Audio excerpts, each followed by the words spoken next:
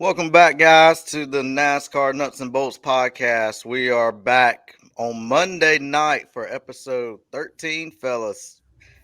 How are we feeling? How are we doing on this fine Monday evening? Doing Pretty good, well, my man. friend. Yeah, doing well. Good to hear. Good to hear. Thomas, Gene, what you guys got for the intro? Anything popping off? Anything going on? Anything? What's One less happening? day until Richmond. You said what? One less day until Richmond. Hey, we got 6 That's days the only and thing I'm looking forward to right now. 6 days. And, it's funny. It came to my attention that you boys did not. I was going to save this, but it came to my attention that you boys did not know this was going to be a night race at Richmond. I didn't. I just assumed it was going to be another 3:30 race like the rest of them. I didn't even think of it being a night race. Thomas, I was just telling Caleb, like it took me till yesterday watching the Fox just to know that the race was going to be at 7 p.m. Sunday night, Easter Sunday. I was like, oh Lord, I thought the same thing. It's going to be 3:30 start. Yeah, I Pack didn't your find long out. johns, boys. I was looking at Bob Pockrass's Twitter today. That's the first thing I saw about it. I didn't really watch anything yesterday, so I didn't know about it till today. Yeah, Caleb, did you see like the actual temperature at like race time? What was going to be? Low 60s, somewhere around there, with like a wind of Not like too bad. 5. That's Oh, not bad at all. yeah, that So, could be worse. we could be in our ssweatpants and hoodies and t-shirts, and Yeah. if you're like Thomas, put on some shorts. Yeah, looking forward to it like no other because this is the only race I think this year where I'm going to a new track, so I'm super pumped about that. Never been to Richmond. I'm excited to tick it off the bucket list, man. And I know the racing of years past was probably like I can think of early 2000s Richmond being some of the best short track racing. Junior was running good at that time. Gordon would sneak up there and get W's. Now, we'll get into it later in the show, but I'm very very interested and intrigued to see how the race is going to be out there. But anyways, super excited to be going to tick this off my bucket list, man. Yeah, it's a new track for all three of us actually, so Mhm. it's gonna be fun to be there all be there together. So definitely a different atmosphere. And I heard Richmond's pretty fun, and we'll see how this car does and whatnot. So I'm Yeah. looking forward to it. Yeah, and for my intro, I just want to get into a little brief. I don't want to go over this really like and spend 30 minutes on it. But man, I was listening to DBC last week after post Bristol race, and I went online and saw some in-car camera of Carson Hocevar running around there trying to draw a caution. In my opinion, like it showed him running around and going about 35 miles an hour under a green flag run, and um, I'm surprised he didn't try to spin out, but he hit the wall. I don't know what was going on, but man, it got me kind of upset, man. I was thinking like all the stuff that we and maybe the drivers more than us worry about with Hocevar coming in and pulling shenanigans, trying to draw caution, spinning out and stuff like that. When I saw the in car, and I haven't looked on social media or nothing, I just got kind of mad, fellas, and I was like, please tell me this dude is so self unaware that he knows, like he's got a reputation of doing that kind of stuff. So what are your thoughts on that? Am I off base thinking this kid's not learning anything as far as like this is the big leagues, son? You don't run around trying to spin out or brush the wall to draw a caution going 35 miles an hour around Bristol. I mean, it's dangerous as heck. So what are y'all's thoughts on that? Yeah, I'm gonna have to disagree with you on that. I don't think it was Carson's fault, in my opinion. But you say trying to spin out, trying to cause a caution, but where was the outrage when Ty Gibbs was trying to spin around and get a caution on the during the cycle?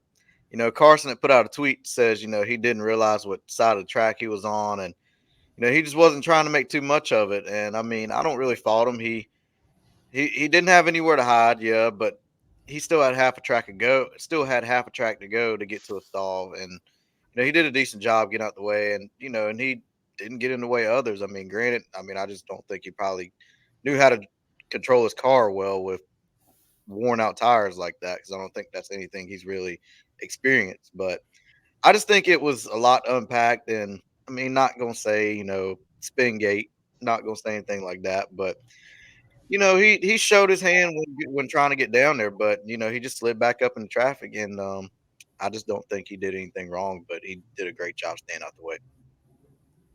Okay. And maybe you like I didn't follow it, like, and I know your memory, man, you seem to like, I can be sitting with you at the track and you see things I don't even see. But like I missed the thing with Ty. Was Ty doing the same thing? Yes, he was. It was during that cycle he got kind of in the back of the pack, and then I guess he was just trying to get back up and get a caution, and then get the wave around, and he would have been back up front, or it was like a trying to help his teammates out, something like that. But yeah, Yeah. apparently Ty tried to do it, and and you mentioned missing anything. This is completely off topic of it, but like you say, you missed Denny bumping Bubba out the way. I didn't know how you didn't see that, and that was right in front of us. Yeah. Okay, so I guess like maybe if I'm going to be mad at it a little bit, I guess I could just say some of these young whippersnapper drivers coming into the Cup Series, you know, I guess maybe they race by different rules in the Xfinity and the Truck Series, so maybe that's a little bit of it, but I don't know, man. I guess I'm gonna get a little crotchety old man and say that. I mean, some of these guys, and I'm sure like a Martin Truex or a Kyle Busch or a Denny will get with some of these guys and say, "Hey, man, it's not how we do it." you know, Yeah.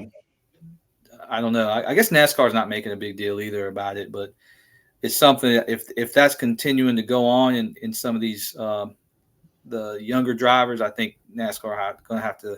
And I don't know what said in the drivers' meeting. Maybe they addressed it at COTA in the drivers' meeting, and just brushed it and moved on, and maybe put them on notice a little bit. But that was all. I know it was a spirited debate between like Freddie Kraft and TJ Majors and some people. But anyway, I guess I'm just hypersensitive to it because I've seen Hocevar in the Truck Series do some foolish stuff. But and I'm pulling for Hocevar. Like, he's actually running really good, and I don't want him to get a reputation of doing that stuff now, because this is it, man. It's a show and prove time. You gotta, you want to gain in respect, and you've got, especially with your history, you got to really be careful, in my opinion. But okay, well, good. I'm glad you kind of came to his rescue a little bit then, because I did not see Ty do that, but if he did, he's equally as wrong, in my opinion. Hey, I got to come to his rescue. I got to pull him out the water. I got this guy winning his first race this season. I gotta back him a little bit. Yeah, well, I'd love to see it. He's running good for his rookie year so far, but I don't know. Anyways, but that was all I wanted to really bring out for the intro. Yeah, Thomas, you got anything else? You got anything to add, bud? Nope. Sweet. And Gene, I know you talked about, driver's hands and showing the young guns how it's done, and we saw a little bit of that between Kyle Busch and Christopher Bell after COTA. But let's dive into our racing rundown, fellas, and let's talk COTA. Let's talk about the racing, how COTA was. Let's talk about strategy that played in. Let's talk about how a lot of people were not fond of NASCAR's, I guess, cutting the track rule or the penalty rule that they had this weekend. So let's discuss COTA, and then we can put it on the N&B race meter. So, Gene, I'm going to kick it off to you. Yeah, so I might be in the minority on the pod here, but I actually really enjoyed this race for what it is. It's a road course race, one of about 4 on the schedule this year.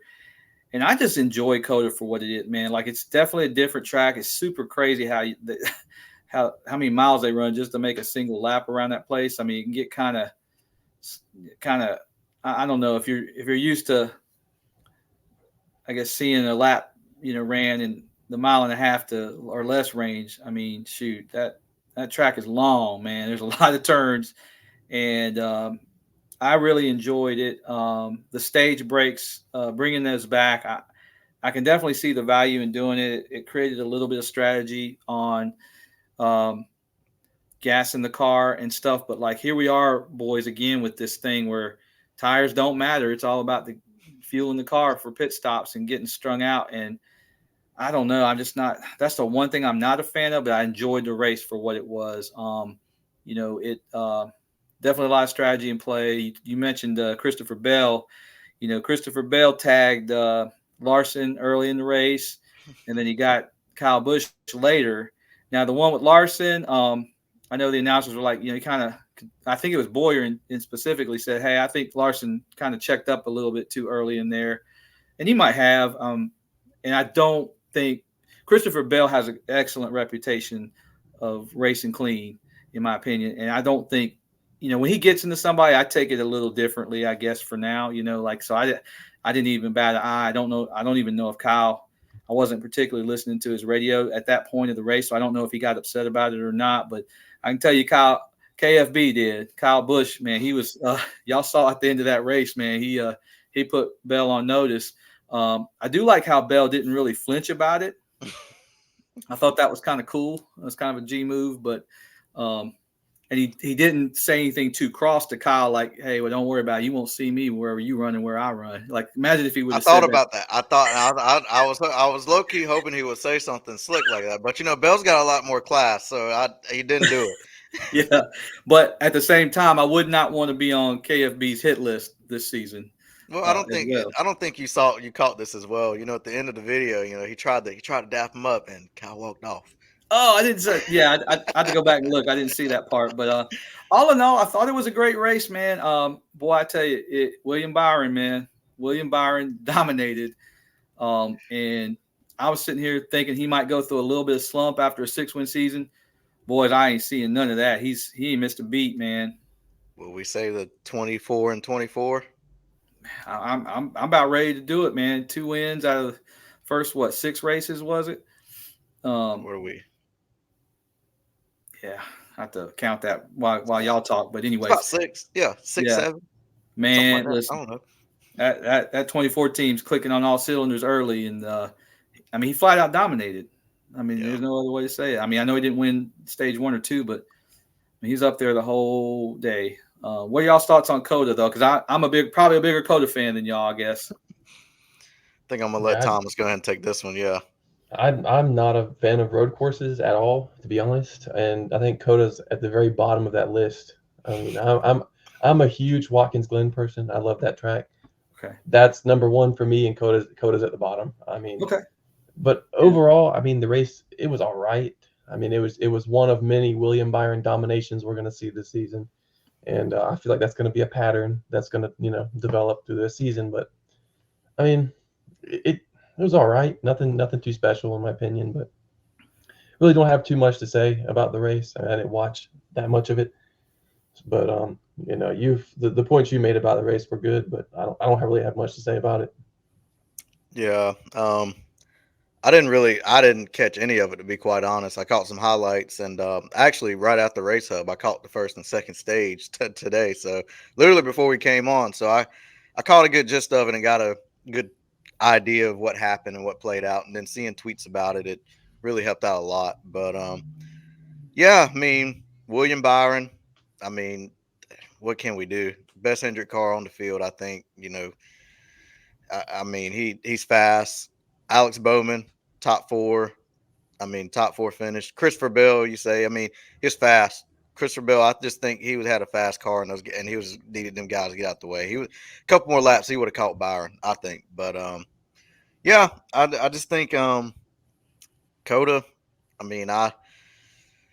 It's not a track that Chase particularly. He did well, and then got the penalty, and that kind of messed him up, and that kind of did not go over too well with a lot of Chase fans. But yeah, they were very upset about that and wanted that rule gone. But it was the right call. He owned up to it, and he said he effed up. So it is what it is. But all in all, I think it was a decent race. It was strategized as a typical road course race. You have to strategize to get in track position, and track position was king. If you weren't up there at the front, then you basically did not have a shot. Or if you did not have a fast car to go through the field, then you we're not going to be in contention to win or at least get a top 5 finish or top 10.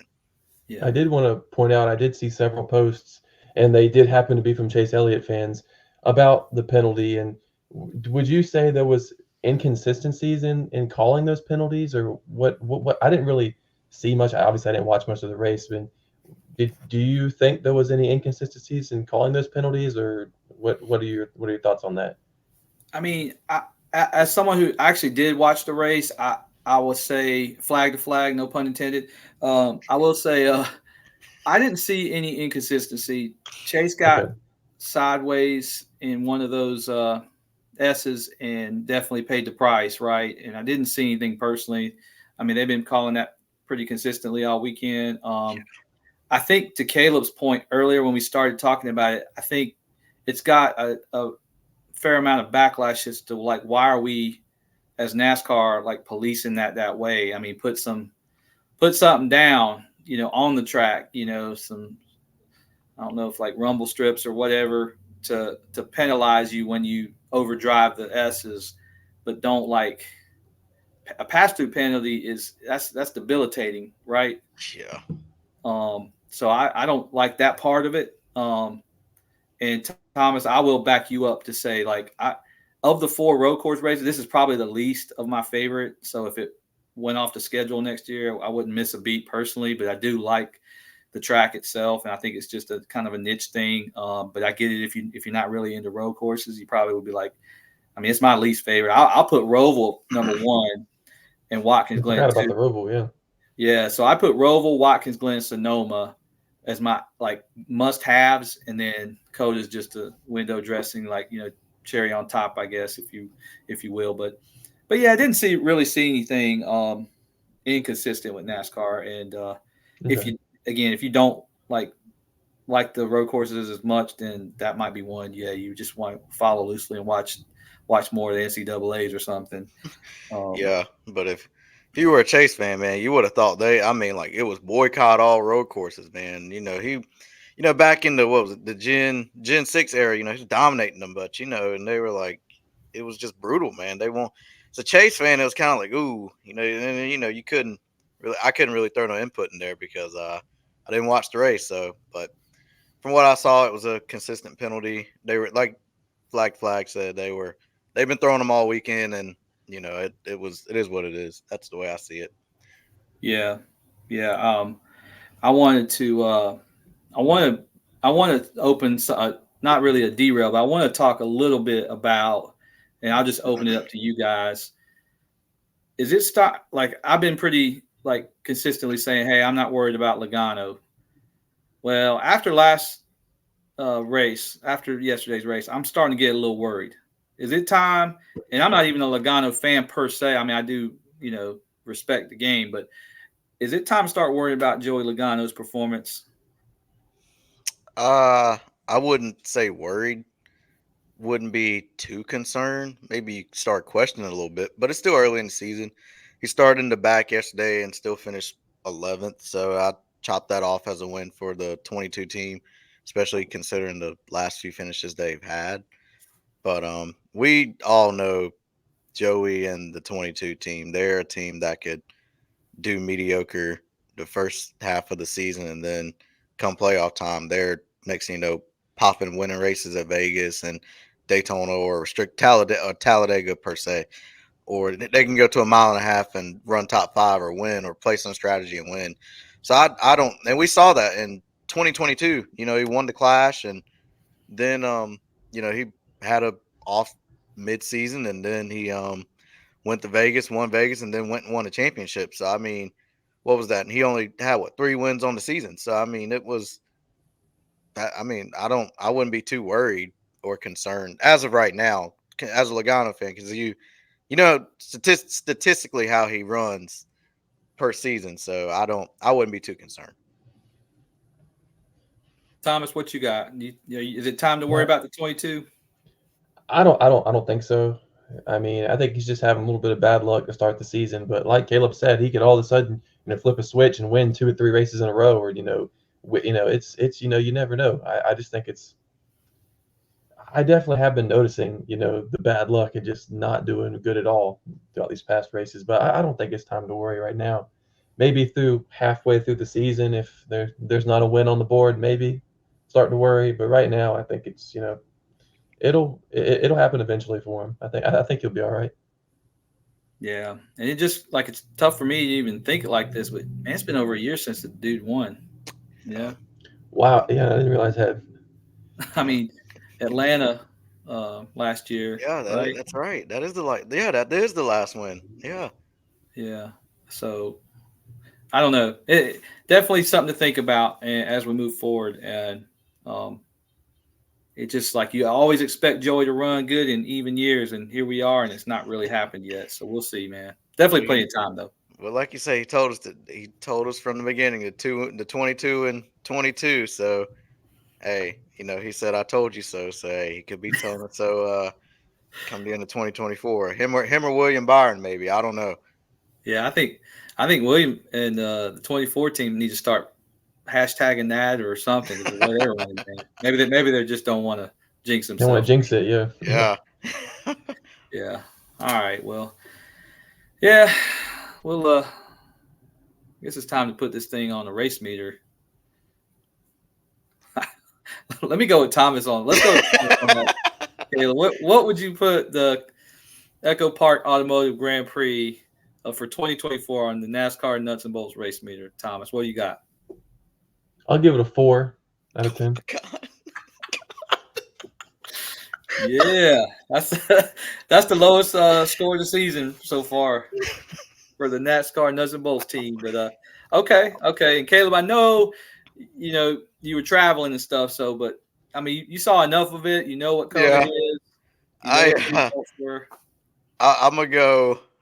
I'm going to five, Oh five, wow. 5.5, and I based this off of Jeff Gluck's poll off of Twitter, and that's at 50-50. And looking at it, I said it wasn't. It was decent, as Dave Moody said on online. He said it was mediocre. So I'm going. It wasn't horrendous, but I'm just going 5. It just wasn't. It just wasn't hitting for me. Okay. Well, I'm gonna go a little higher than y'all, and this is the first one I hadn't done a whole number yet. I'm gonna give this a 6.5. So where if we had to round up, it'd be a 7, but it didn't quite make it to 7, I guess. But I'm grading it on the road course curve too, because a 6.5 for a road course is a decent race, I guess, in my Yeah. opinion. But yeah, so y'all wouldn't be sad to see this thing go to a Rockingham or a different venue next year. To be That's where it needs completely to be. honest, no, I wouldn't even be on. I wouldn't even be mad if it goes to Texas. Texas Oval, yeah. Yep, I wouldn't even be upset about it. Okay, that's I, fair. What about Chicagoland?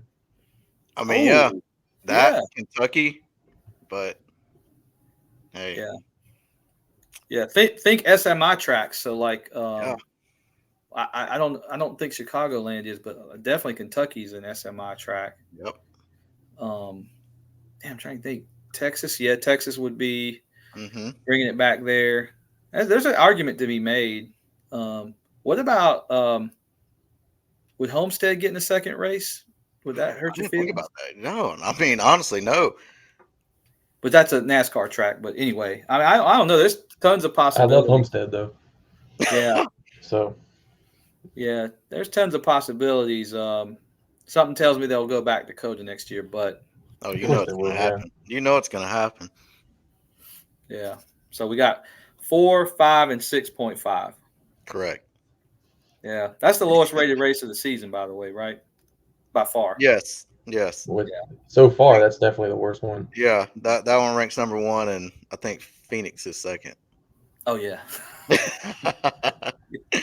Thomas don't like Phoenix. I know that. No. All right. All right, guys. You guys got anything else for this? No, I'm good. All right. So for the trackside chatter, we want to discuss NASCAR taking over the lease for Bowman Gray Stadium. This is big news. Kaleb, I'm gonna kick it to you. What do you think about it? I think it's great. Absolutely great. I've heard people are having mixed feelings about it, but I think it's great. I honestly think it's going to add some seriousness to the racing there in a bit. Um, and a lot of people were freaking out over, oh, it's going to change, it's going to be this and that, it's going to be all weird now because NASCAR is in control of it. But Ben Kennedy's came on Twitter and said, hey, we're not changing anything. Bowman Gray has even came on Facebook and whatever. It's like, hey, we're not gonna change anything. It's like everything's gonna just stay the same. They're just taking over now.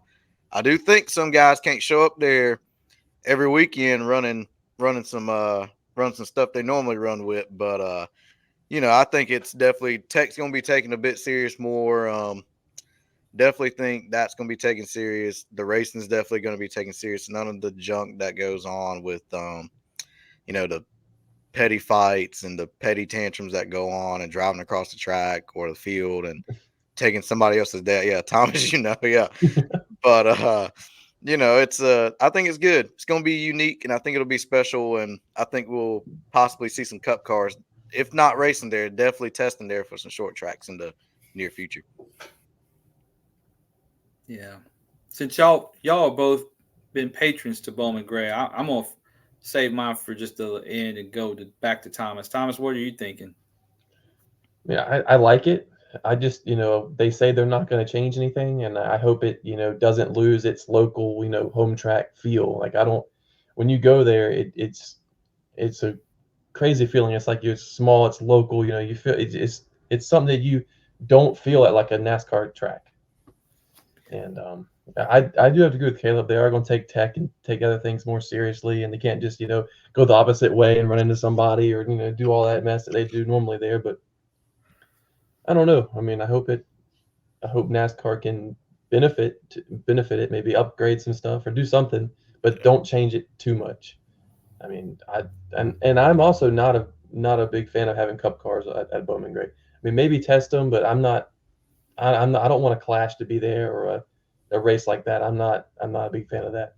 They don't have enough room for anybody to support that there. I don't think there's enough facilities or anything around that area or that track to have a clash race there. But So I guess my question, so if they decide to have a clash race there or some kind of exhibition race that they're going to call the clash, do they downsize the amount of cars that they've had previously, or do they go back to the old ways of, doing strictly pole winners, or to do it, or just kind of like you do with All Stars, or just do past champions, or do they do anything like that? What are you guys' thoughts on that?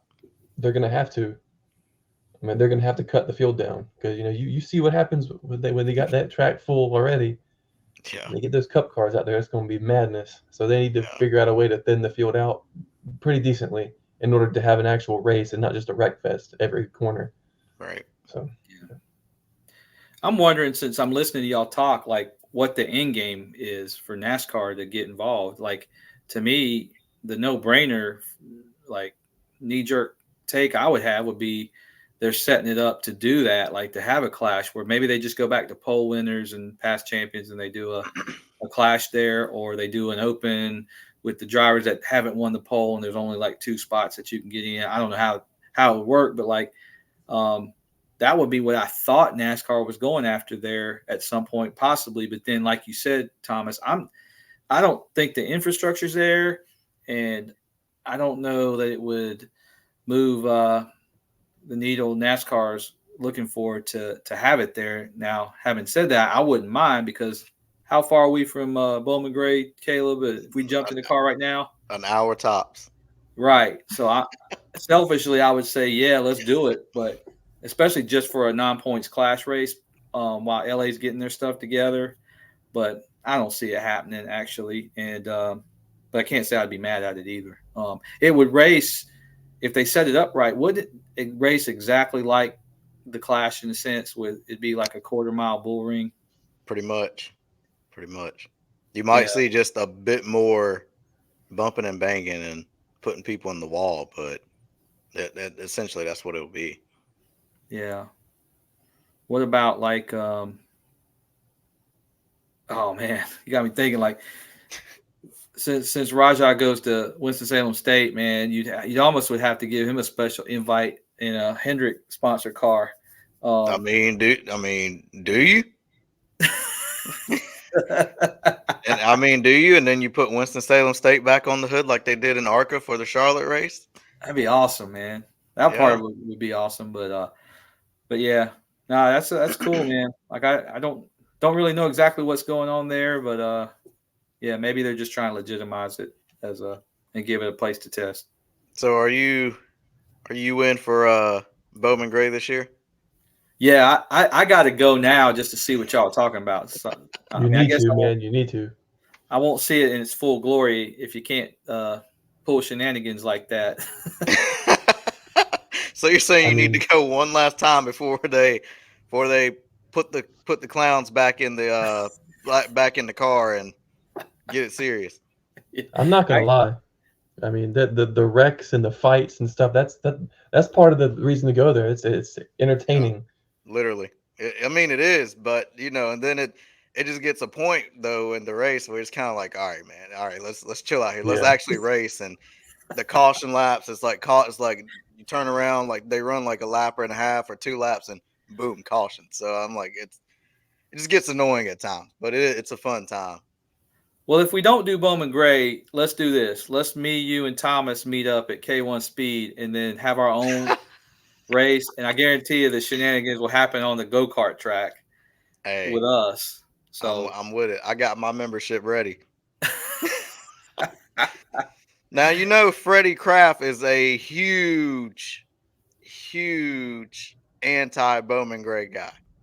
Really? So he is. Freddie Kraft, he cannot stand it. And Matthew Dillner is a huge he does announcing for it, so he's a huge advocate for it. So him and Freddie Kraft did a little thing on Dirty Mo. You're gonna have to check it out. Yeah. And I will say, I do want to mention, like, I think it was on the pre-race for Fox. They were talking to some Cup drivers about this Bowman Gray deal, and not one of them looked like they had any interest in going, except for Austin Dillon. Austin Dillon said he was kind of like, "Oh yeah, why not? It should be just like the Clash. It's right down the road, save us some time and some travel money going." But he was the only one I could register that actually had a positive look on their face when they were asked about it. I forgot what Kyle Busch comments about it was, but his was like the most funniest one about it. But you got to find that one. I might have to find it. But yeah, his was pretty funny about NASCAR taking over Bowman Gray or racing there. Yeah. So to be continued. We'll see. Yeah.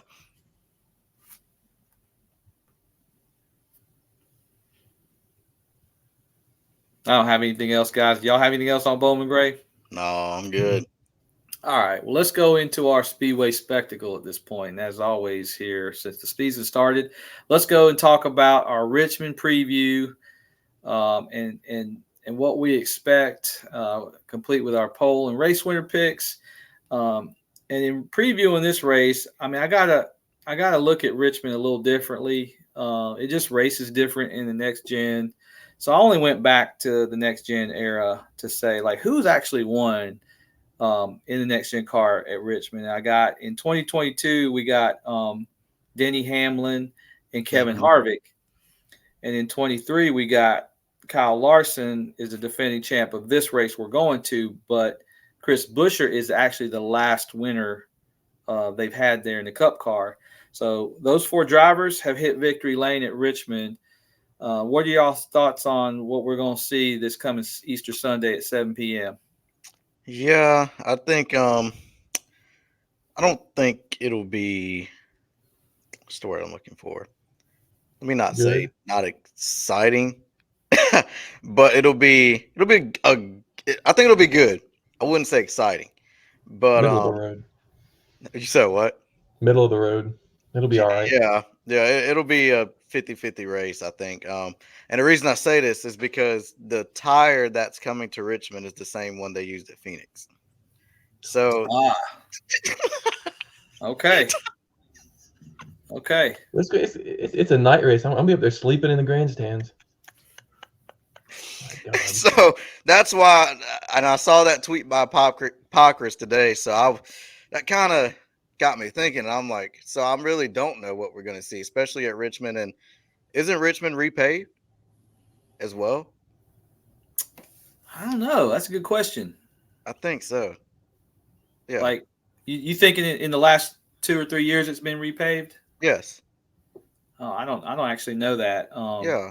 So that's why I'm just kind of on the fence about it. I mean, I think Toyotas will show up fast, of course. I think Fords might, but I think Chevy's still trying to figure that out. And if any Chevy shows up fast, I'm thinking it's gonna be Larson, and I am, and I'm thinking Bowman as well. I mean, coming off of COTA and having that fourth place finish, I think they're slowly finding some speed, and of course William Byron. Not count my boy Chase out, but I'll get into that later. But I definitely think Toyotas will be fast and will be a force to be reckoned with come to Toyota Owners 400.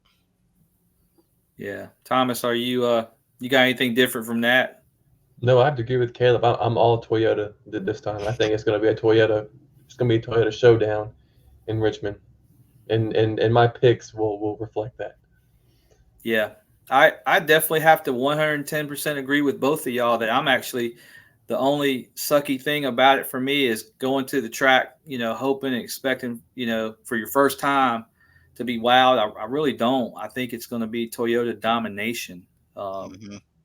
I can't see any car not named 2311 or Joe Gibbs Racing being relevant. And that's like I want the Hendrick cars to show up, obviously, and I think they will. I mean, it's not that they're going to be slow, but when you're telling me the Phoenix tire with that track, and it's all, I mean, are we going to see another race where tires don't matter, fellas? It's just going to be gas. We are. I think I'm we thinking are. so. Yeah. If they're bringing that tire from Phoenix, absolutely.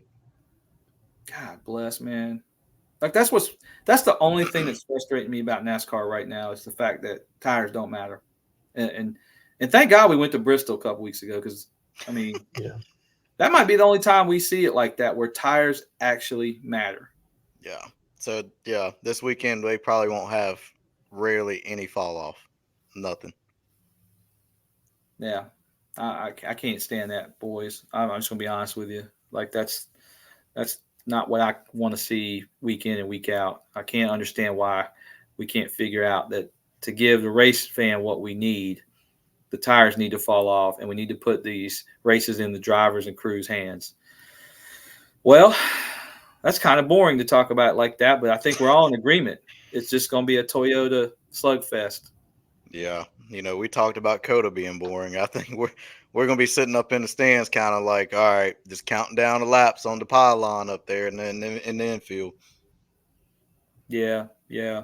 How are we doing the hotel thing? Are y'all doing hotel Saturday and Sunday night? Are y'all just going to drive up, do one Sunday? I haven't even figured this out myself. Just driving up yeah. Sunday. I'm driving up Sunday and coming back Sunday. So. Yep.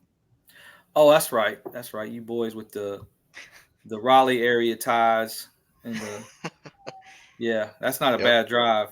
Right off 95, so it's just straight up for me.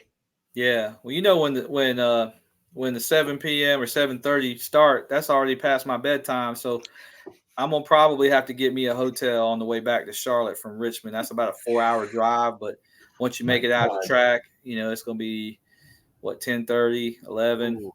Then you gotta it's wait. Closer to midnight. Yeah. I'm gonna have to find me somewhere to post up, get my beauty rest. But all right, well, let's do this. Does anybody have anything more on the track itself and the racing? Because I think we pretty much. All I can hope for is cooler temperatures, kind of doing something to the tire. That's really all I can hope for. Yeah, because we won't.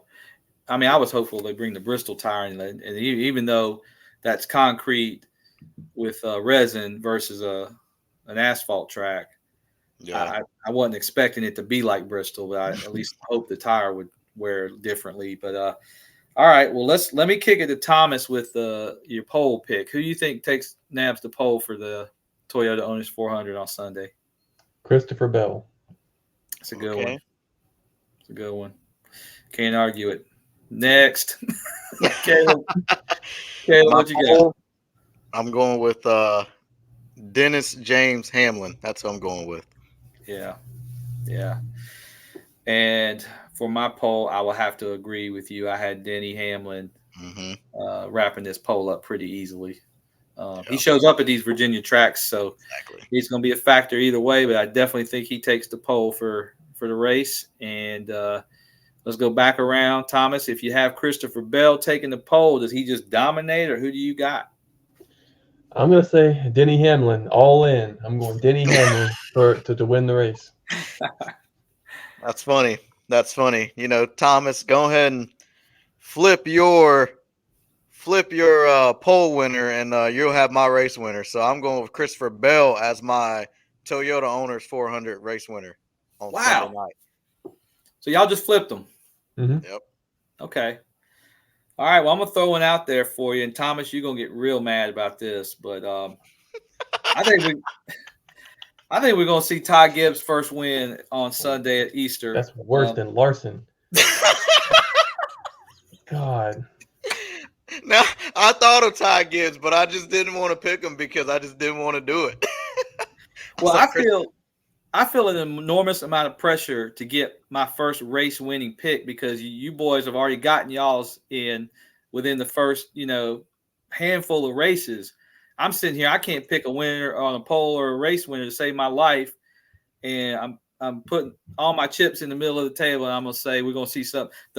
We're gonna see a boring race, but one thing we're gonna see is a first time winner, and he's been running good, been up front. Hopefully the crew puts it all together for him, and he doesn't do anything crazy on the track, and Ty Gibbs will get a win, and I'll be able to come in Tuesday or whenever we tape episode 14 to tell you, hey man, I'm off the schneid and got a race winning pick. But I know Thomas will have the pre-order for Lionel's website just queued up, ready to hit that send button on a Ty Gibbs race winner. So I don't know Thomas, about all that'll be that. the one good thing. Now, But I will say that Food City 500 Denny Hamlin race win's looking pretty good. Yeah. That's going to have to be a pre-order.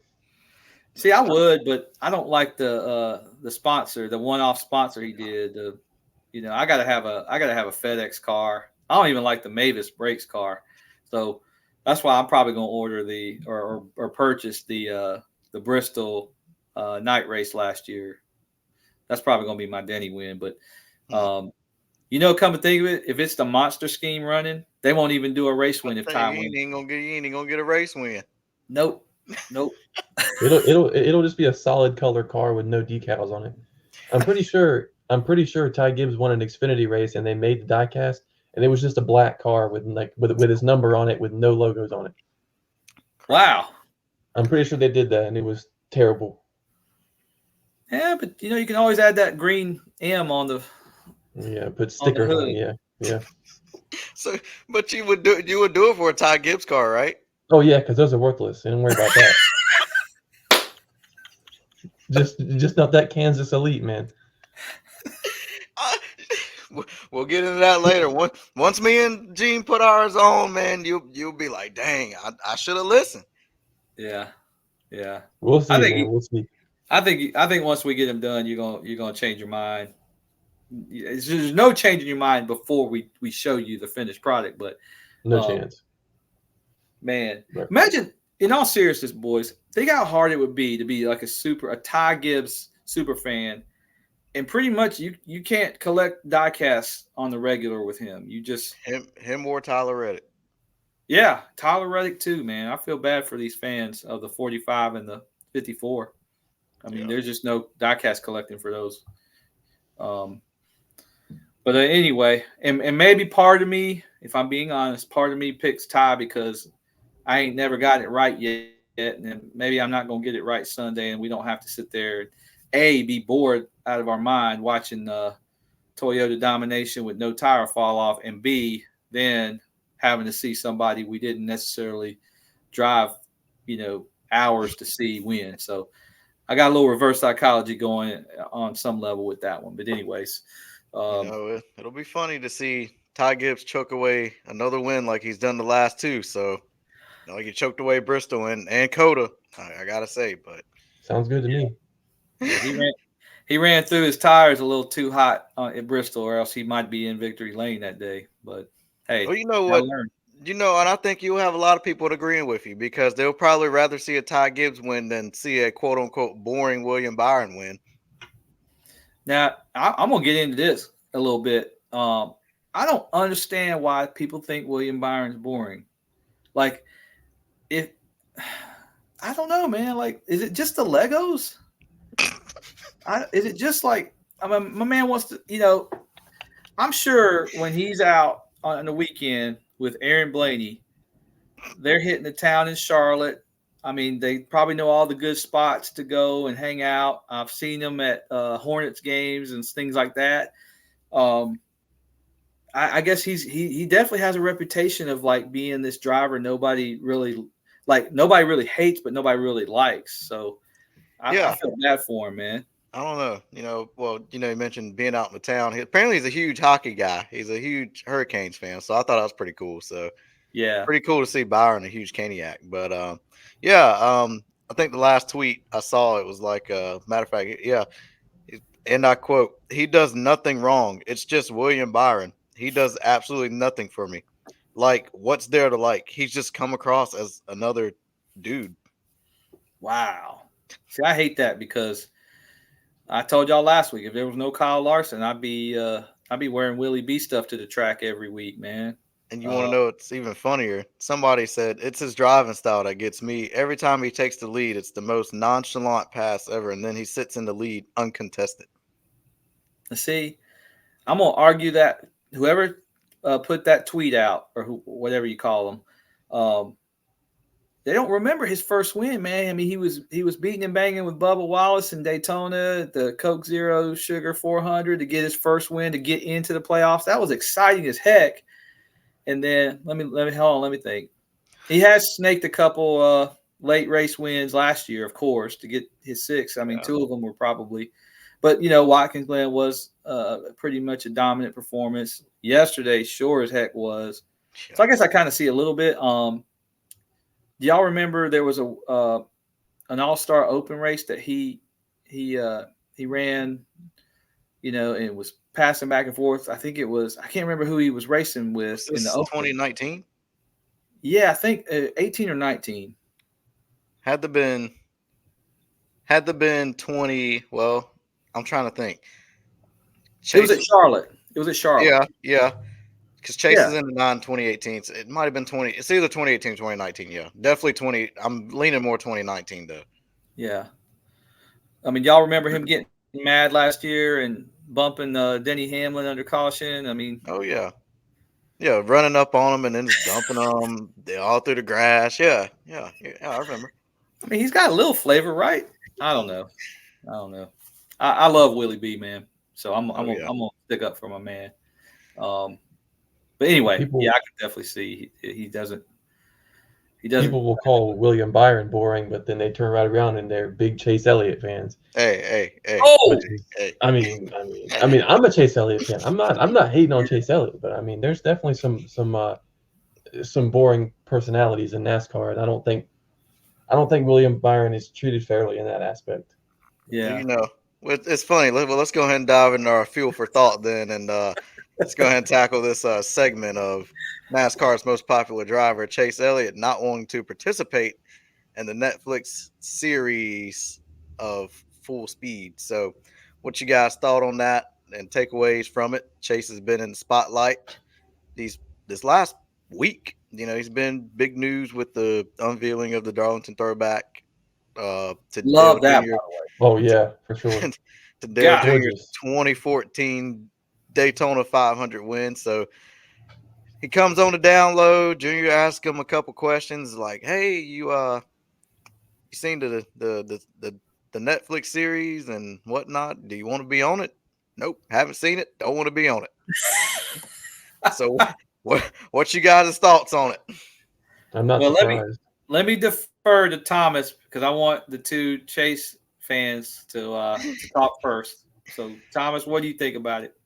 it's at par of what I expect for Chase Elliott. I mean, I don't that I expect that from him. I mean, I'm not. Did he give any reason as to why he didn't want to be on it, or did he just say that and not mention it again? He did. This kind of gave me a different look at it and a different, like, okay, that makes sense on why this is running. This is X, Y, and Z, why this is connecting with this. He really said he wants to focus on the team. He wants to focus on the car. Okay, yeah. He said, beginning of this next gen car, nobody knew how to drive it. Nobody knew what this car had. He was still driving the same this next gen car the same way he was driving that Gen 6 car. And that was bringing a lot of success for him. And then he said kind of back half of 2022, it in our eyes, he was like it looked like he was killing everybody, dominating, getting to the championships, getting through the playoffs. But he was like, if it wasn't for the stage points and whatnot, he probably wouldn't be in a championship for that time. But he said he's been talking to Kyle Busch and some other Chevy drivers and just trying to figure out the car, like trying to figure out what's his niche in the car. And Junior kind of hit on it too. It was like, once you find it, it's going to be no stopping him. And he was just like, that's really his focus is coming off the injury. He's still dealing with some stuff off the injury, the leg and the shoulder. He kind of feels like he should not have gotten in the car in Martinsville to come back because I think he said after that race, he still had some swelling in his leg post race and whatnot. And being out of shape, he was like, it just was not a fun race, even though he got a top 10 in it. But he was just like, his focus right now is really just trying to get back to trying to get back to finding the next gen car and what he needs to do in it in order to win. Yeah, now that you add some context to it, and now have some reasons why he feels the way he feels. It makes sense to me, and I think that's a good choice for him. I mean, he definitely needs to focus on the team and winning because that is where his priority should be right now. Yeah. As Chase fans, you gotta love to hear that he's more committed to trying to get the results on the track. I'll be honest, boys. Like, I love Chase Elliott too, but like, I just think, when you go through life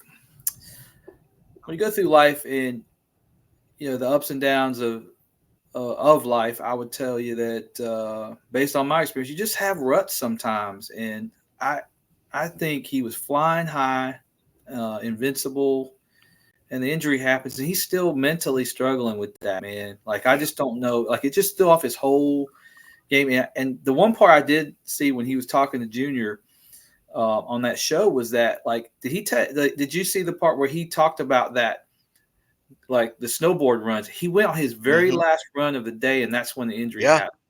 Yeah. Like, and to me, it's like, I know there was nights and days he sat up and thought about it. It's like, man, like, he's probably thinking, if I had not taken that last run up the slope and down, I wouldn't. None of this would be a thing, right?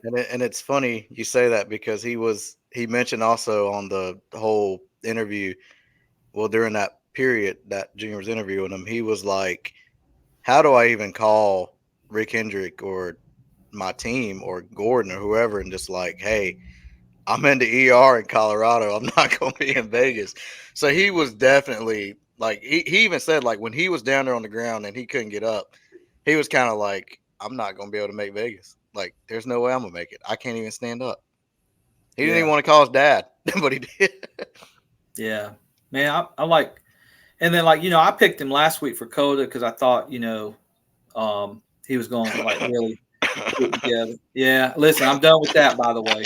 I'm done with that. You ain't never going to hear me until Chase Elliott wins again. I will not pick him because obviously something wrong with me too. Because, like, I got a lot of faith in Chase, and I'm waiting for him to break out of this rut that, sometimes life throws at you. Let's be honest. And I'm pulling for him, not as hard as y'all, but, like, I'm pulling for him too, man. And I just hope he gets it together, man. If I don't know, I just, one of the races that we're going to be at, and gosh, man, like, if we happen to get to Darlington and he wins in that throwback car, oh my gosh, I'm gonna tell you what, place would erupt. I mean, the whole sport would feel that tremor. I mean, Chase is a needle mover, man. Like, so like, to hear him not want to participate in the Netflix, like, that's going to that's going to probably frustrate Chase fans because, like, some of the race ratings that we're dealing with now, where we have this huge ratings jump for this year.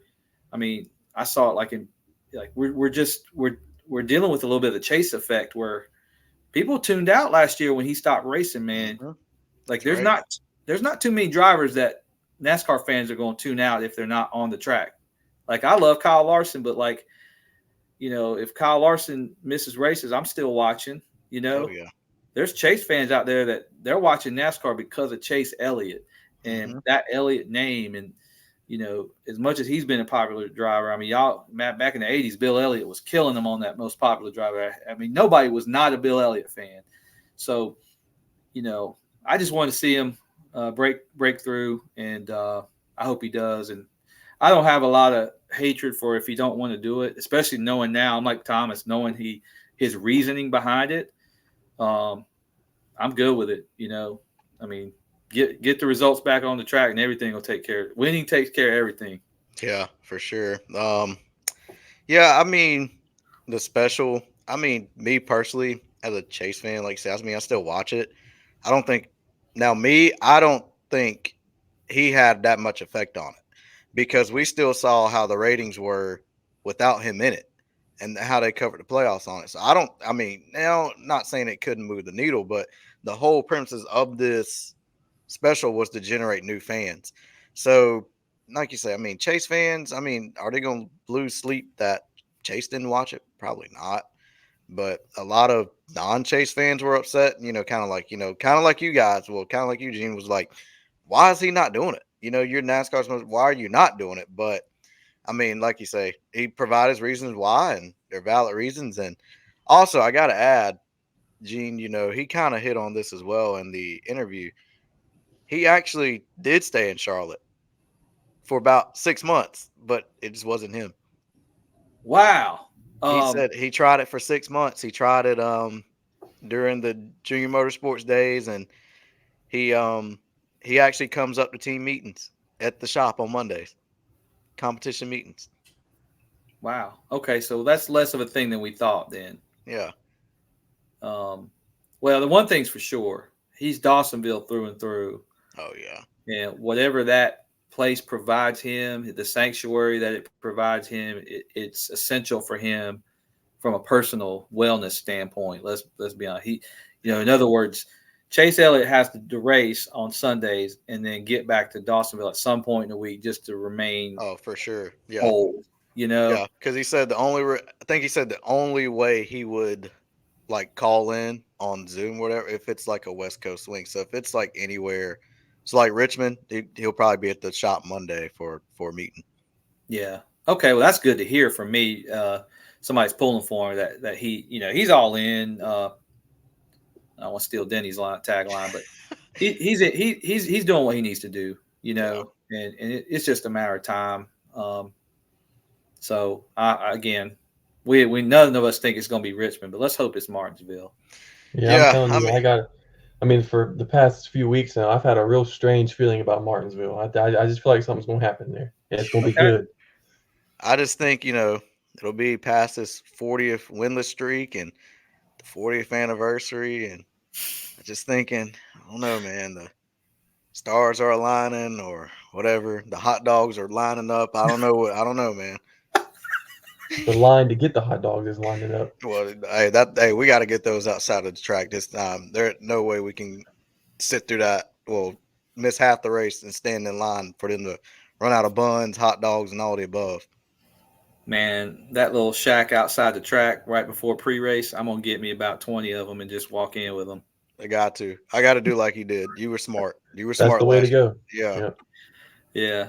Well, all right. Well, I tell you what, I promise you, boys, I'm not picking Chase again until he wins. I promise you. Even if I want to, I ain't doing it. No, I mean you can. Nah, man, no. You done called me out, and listen, I thought he's gonna win COTA. I did, and I watched qualifying. I was like, oh boy, here goes. And then the race happened, and then he jumped to S's, and I'm like, oh Lord, well, that's it. You convinced me. I saw that tweet, and I didn't want to send anything in the chat, but I just wanted you to reap your consequences. That was all. Hey, message received, Kaleb. It ain't happening again. I promise you, bud. I ain't doing it. Not to Oh, mention, gosh, not that I'm a huge presence on social media, but I can't have the Chase Elliott fans on me like that, boy. If they catch wind of that, I'm over. I'm canceled. yeah, you got to delete your account after that. Oh, guys, Well, we're all pulling for him, though. That's for sure. you guys got anything else on Bill Jr. out of Dawsonville? Nah. Nope. Well, let's dive into our outro here and go into our diecast reveal. And this is my night to reveal something that I kind of got weeks back. I actually got it the same time I got that Jeff Gordon Bristol bump and run win. So I was kind of on a bender with it, but I saw the price along with the bump and run car, and I got this 2015 Jeff Gordon Bristol throwback to his Rainbow Warrior days, and I got this for $55 free shipping. That's not bad at all. Stole I it. had to, yeah, for sure. Kaleb, do you remember in Hendrick a couple years ago when you walked into the very back left, that car was sitting there and they would pull up the it was like a display that they would show the inside of the car, and like the top, the body of the car was sitting up and the chassis was on the floor, and it would show you like the innards of a race car. So you're saying just like the inside of the race car, not the car. Well, yeah, like so basically everything but the body was on the floor, and they pulled the body up, and it was just kind of like this cool little display where they would show, you know, what was that, like 20? That was what, like 2016, 2015? Yeah, but I remember it being there as late as 2018, 19-ish. All right. So it's probably I probably seen it. Yeah. So that one, beautiful car, man, beautiful car. Obviously, yeah, I've been looking for that one for a while. Man, you got it for retail with free shipping, basically, no tax. Yeah. Yeah, that's awesome, man. Awesome. For sure. For sure. Well, I don't have a reveal this week, but I want to reveal a crazy story that happened to me yesterday. First time I've bid on so many cars on eBay, especially diecast 124s, that I can't even tell you how many times I've purchased a diecast on eBay. But usually what I do, if it's really, really important to me, I'll set myself a reminder a couple minutes before the diecast is going to end. And I'll get online. I'll be queued up. We got like 2-3 minutes to go, and I'll get ready. Usually I have a maximum amount I'm willing to pay for a diecast, and I'll go in and try to bid on it in the last couple minutes. Well, I had a diecast I had queued up, and I can't tell you, Thomas, and the listeners what it is because it's actually going to be my diecast reveal next week. But I will tell you, so watching the race, it was the COTA race was going on when the diecast ended. So, I might have been a little preoccupied, even watching a more boring race. But I have never done this, boys, but I put a bid in and I panicked, must have hit the wrong amount. And what I was trying to do was bid up to $118.50. Well, I put an extra one in there and I bid $1,185. So clearly I won that diecast. I can only thank God that it didn't go up really too much higher than that. It ended something. I have to get the exact figure when it comes in. It ended up at like 130 and some change, and that was not including tax and shipping. So it ended up coming out to about $154. But man, as soon as I hit $1,185 in bid, I was panicking, man, because a crazy bidding war that could have got the wrong car. I could have got up in the $200-$300 easily, right? Yep. So I will never do that again. But I caution all the listeners and you two to really pay attention when you're trying to snipe bid on eBay, because don't do what I did and bid $1,185 for a single 124 diecast standard ARC. And like I said, I'll be revealing that next week. It's funny you say that. I have not confirmed a bid on that, but I have seen my fair share where I've put an extra number in that I So like didn't you want. caught it, right? Yeah, but it Yeah. was, I put it in like, probably like 10 seconds left, so I had to back out and hit it in right quick before someone tries to get me in 2 seconds. Yeah. And way back when we were in our like first, second, or third episode, I did make a comment one time about how it'd be funny if we were bidding on the same car and didn't know it. And Thomas, you had this particular unnamed car in your queue to bid, and you forgot to bid, right? I sure did. I was watching that car for probably 6 days. I had it in my watch list, and I guess had stuff going on yesterday afternoon and completely forgot about it. And I did some research on the numbers. The number that he said he paid for the car was quite similar to one that just ended in my watch list, and turns out it was the same car. But yeah, I mean, it is what it is. You win some, you lose some, and I definitely lost yesterday, but it is what it Well, is. I tell you, man, like ever since Kaleb told me the little trick, he said, go in and look at like halfway down the bid page on whatever item you're looking at and see exactly what day and exactly what time it ends. So it's like if it ends at like 5:30 p.m. or 5:32, he said that's when you set your alarm basically around that time. So ever since he told me that little trick, like I will actually do that if it's a car I really want to just put a bid in, and like I might win half of them, or the alarm will go off and I'll look at the car and it's done got up too far where I wanted to pay and I'll let it go. But yeah, next time, man, set yourself that alarm because that's a Kaleb original trick that has served me well a couple times. I gotta give you can't give out all my tricks, but I'm gonna give you another little trick I figured out. Hold on, Kaleb. You know you giving this out to not just me and Yeah, Thomas, right? there's some certain people watching this, Caleb. I'm not gonna you giving out too much information. You're arming the people against us. You don't need to be doing all that. Those jokes me and you have about certain things. You're arming them right now. You, and you know what's crazy? They probably figured it out before I did. Oh, they're probably shareholders of eBay. They probably own eBay.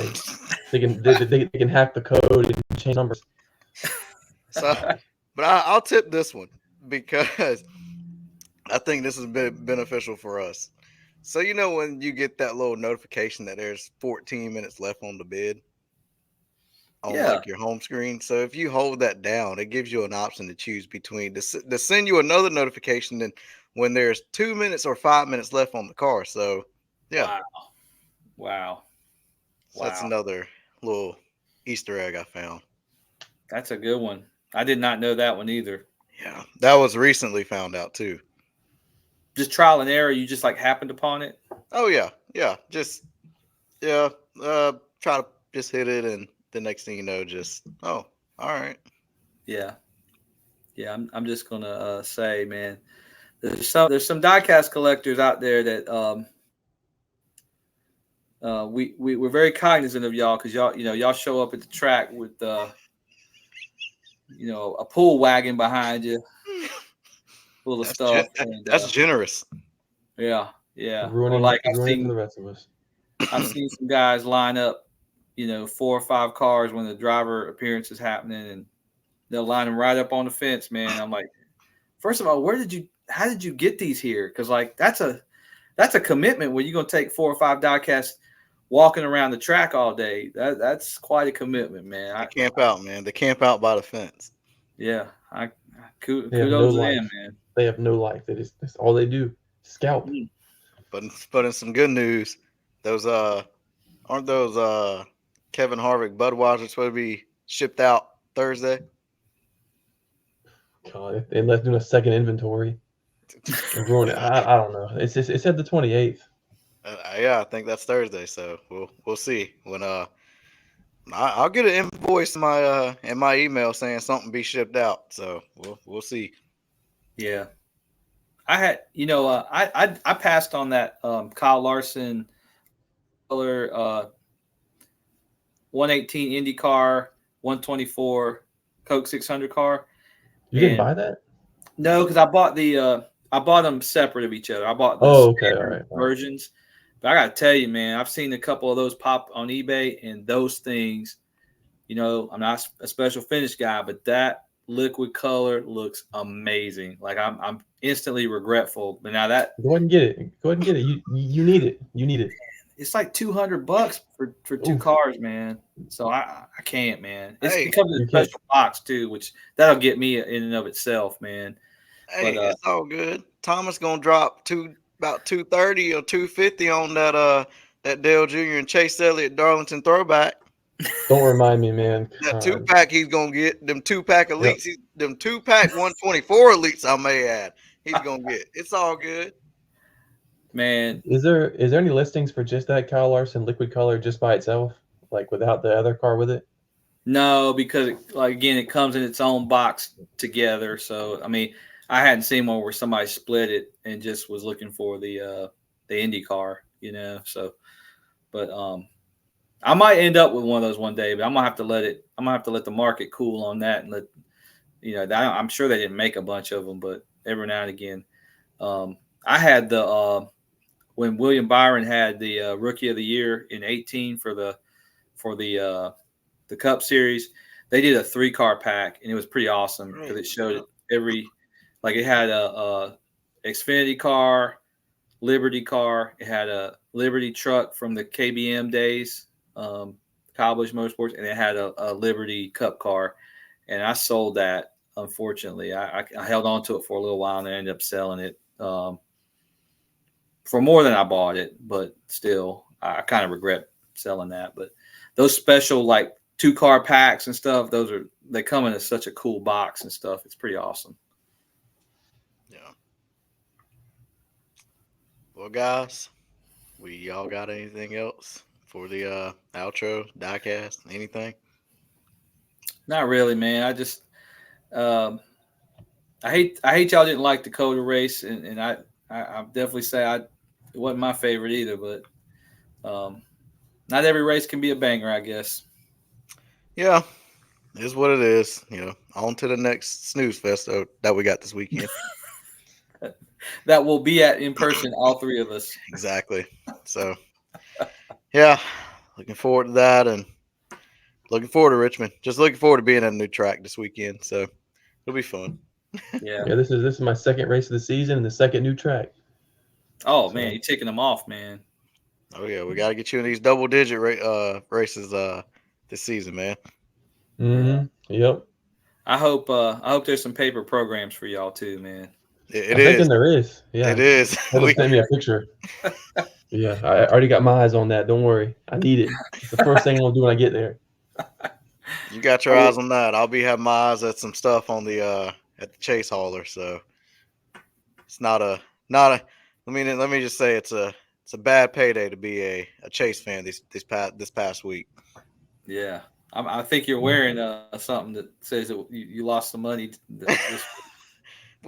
May lost some money, but kind of gained a good hoodie. I mean, it's very, very soft. I see why they give them to the team.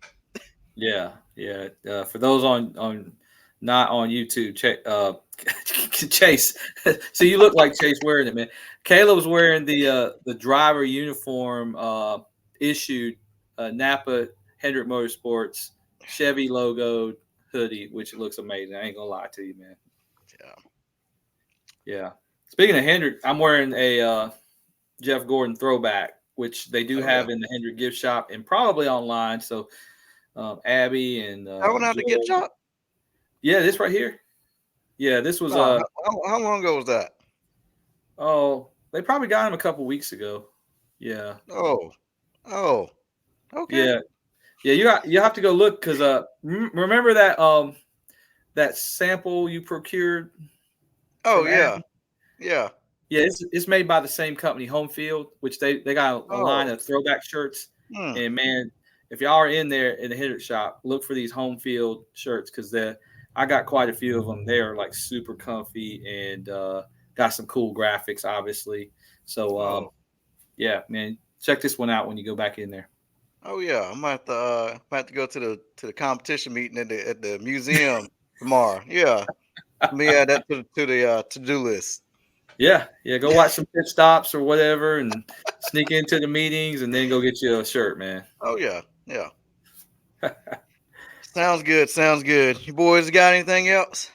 Nah, Caleb, do you want to kind of warn listeners next week that we may be doing this show on a Tuesday or some it might be a late taping because attending the race, hours and hours away on a Sunday night on Easter, we might be a little late to the party. Oh yeah, could possibly be a Tuesday taping. So after we get done getting the grip of tire out of our teeth, we'll be back in Charlotte taping for episode 14. Yeah. I mean, not saying we can't tape on time, but it might be a little late. It just depends. It's all good, guys. I guess we can go ahead and head on out, and like to thank our listeners and our followers. We're actually, I think, 5 away from 100 on Twitter. We've surpassed 100 on Instagram now, and we've I wouldn't say exceeded, but we've skyrocketed on TikTok. So we appreciate everyone who watches the videos, the TikToks, the Reels, the Shorts, the YouTubes, and all of the above. And if you would, check us out on Twitter, Instagram, and TikTok, and Spotify, of course. And give us a like, follow, listen, and we'll see you guys next week after Richmond for episode 13 of NASCAR Nuts and Bolts podcast. 14. 14. Yeah.